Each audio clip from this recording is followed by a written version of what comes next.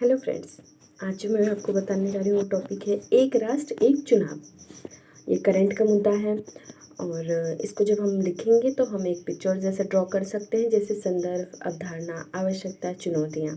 फिर हम इसको इस हिसाब से लिख सकेंगे कि 26 नवंबर को संविधान दिवस के अवसर पर भाषण देते हुए प्रधानमंत्री नरेंद्र मोदी ने पुनः भारत में एक राष्ट्र एक चुनाव की उपयोगिता को रेखांकित किया है। यानी प्रधानमंत्री नरेंद्र मोदी ने ये 26 नवंबर को जो ये अनाउंसमेंट की थी, इससे पहले भी इसके बारे में बात की थी। इसकी जो अवधारणा है वो ये है कि एक देश एक चुनाव का तात्पर्य ऐसे चुनाव से है जब लोकसभा और राज्य की विधानसभाओं के लिए एक ही दिन चुनाव करवाए जाएं। अर्थात जो व्यक्ति जिस राज्य का मतदाता है वह उस राज्य में पहले एक वोट राज्य विधानसभा तथा एक वोट केंद्र लोकसभा के लिए एक ही दिन देगा। इसकी आवश्यकता क्या है? तो इसकी आवश्यकता यह है कि बार बार जो चुनाव करवाने से व्यय अधिक होता है। जैसे भारत एक लोकतांत्रिक देश है, यहाँ कई बड़े बड़े राज्य हैं, जिस कारण यहाँ लगभग प्रतिवर्ष अलग अलग राज्यों में चुनाव होते रहे हैं। एग्जाम्पल के लिए अगर मैं आपको बता दूं, तभी बिहार में अक्टूबर में विधानसभा के चुनाव हुए थे। फिर जस्ट वहाँ राज्यसभा के चुनाव हुए जिसमें सुशील मोदी ने भाग लिया था, और अब वहाँ पे पंचायती चुनाव हो रहे हैं। इस टाइप से एक ही राज्य में एक साल के अंदर ये 3 चुनाव हो गए। अलग अलग राज्य में अलग अलग चुनाव होते रहते हैं। तो इसी के लिए ऐसा माना जा रहा है कि जो एक चुनाव है एक राष्ट्र के लिए, जैसे one nation one ration card चला है, उसी टाइप से एक राष्ट्र एक चुनाव चलाया जाए। तो इससे पैसे की भी बचत होगी, एक ही टाइम पे चुनाव करवाया जाएगा। तो और फिर यहाँ पे है कि जिसके कारण काफ़ी बड़ी मात्रा में पैसे खर्च होते हैं। अपने अपने दल का चुनाव प्रचार करने के लिए चुने हुए दल काफ़ी मात्रा में पैसे इकट्ठा करते हैं और रैलियां निकालते हैं। जगह जगह पोस्टर लगवाए जाते हैं। टीवी तथा मोबाइल पर ऐड में अनेक खर्चे होते हैं। नई दिल्ली स्थित केंद्रीय मीडिया रिपोर्ट के अनुसार भारत के वर्ष 2012 में हुए चुनाव का खर्चा 30 करोड़ था। यह अमेरिकी चुनाव के बाद दूसरा सबसे बड़ा चुनावी लागत है।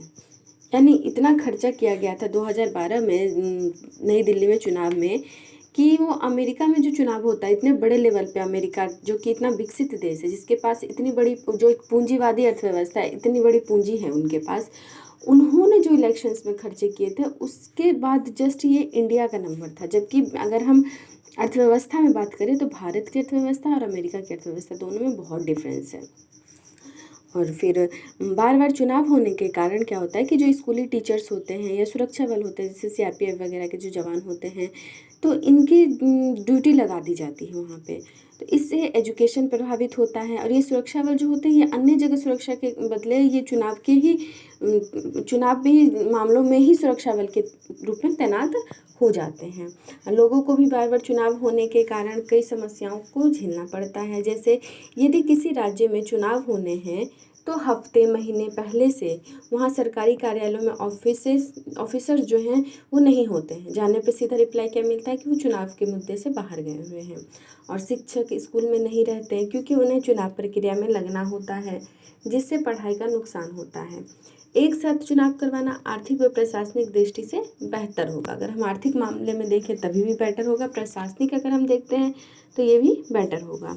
फिर चुनावों के दौरान लगाई जाने वाली आदर्श आचार संहिता के प्रभाव स्वरूप लगभग सभी विकासात्मक कार्य ठप पड़ जाते हैं। समय समय पर चुनाव होने के कारण जो सरकारी चुनाव मशीनें हैं उन पर भारी व्यय वहन करना पड़ता है। ये सब हमने इसकी कुछ समस्याओं को देखा कि ये सब प्रॉब्लम होती हैं। और अब हम इसकी चुनौतियां देखते हैं। तो चुनौतियों में यह है कि एक साथ चुनाव कराने से सदनों का कार्यकाल पूर्ण होने से पहले सरकार गिरने का खतरा है, ये इसकी चुनौती है। और कई राज्य ऐसे हैं जिनका चुनाव का काल यानी 5 वर्ष जो चुनाव का काल होता है तो वो पूरा नहीं हुआ है, कई का अधिक हो चुका होगा।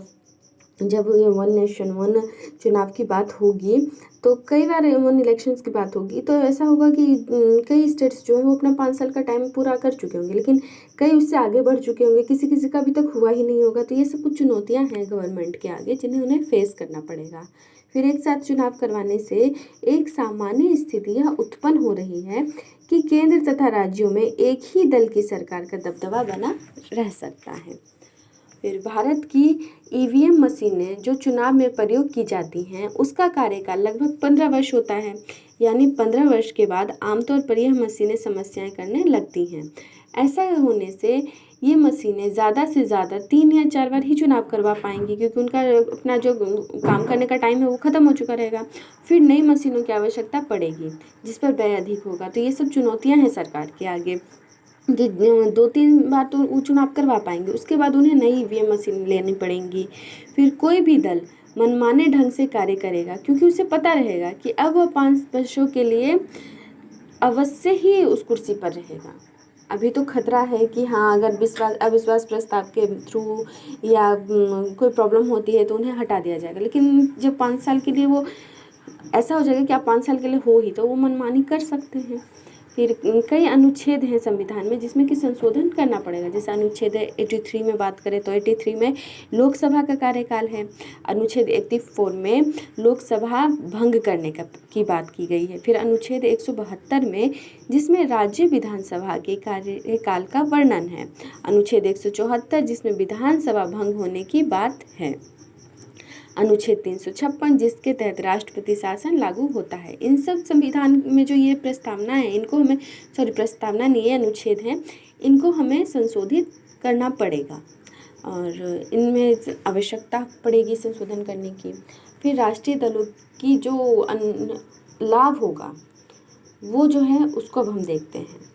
1952 में जब आज़ादी के पश्चात पहली बार चुनाव हुआ था, आपको पता है 1951-52 में अलग अलग राज्यों में चुनाव हुए थे, इलेक्शंस हुए थे, तो वो 1967 तक एक ही साथ चुनाव हुआ करते थे। 1967 तक एक ही साथ चुनाव हुआ करते थे हर जगह, क्योंकि देश एक साथ आज़ाद हुआ था। जो राज्य बने थे उस टाइम पे वो वही राज्य थे जो स्वतंत्रता के समय थे, तो एक साथ चुनाव हुआ था, इलेक्शंस हुए थे और एक ही साथ चुनाव हुआ करते थे। परंतु धीरे धीरे कई राज्य के विधानसभा भंग हो गई, लोकसभा भी भंग हो गई, सरकारें गिर गईं, जिसके कारण चुनाव प्रक्रिया के समय में अंतर आ गया तथा ऐसे कई राज्य हैं जिसका निर्माण बाद में हुआ। जैसे भी आपको पता होगा कि लास्ट में 2014 में तेलंगाना बना है, तो अभी तक हमारे 6 साल अगर हम पीछे जाएं तो अब तक नए नए स्टेट्स बन ही रहे थे भारत में। तो जाहिर सी बात है कि फिर उनके इलेक्शंस के टाइम भी अलग हो जाएंगे। तो ये सब रीजंस थे जिसके कारण के चुनाव अलग अलग होने लगे थे।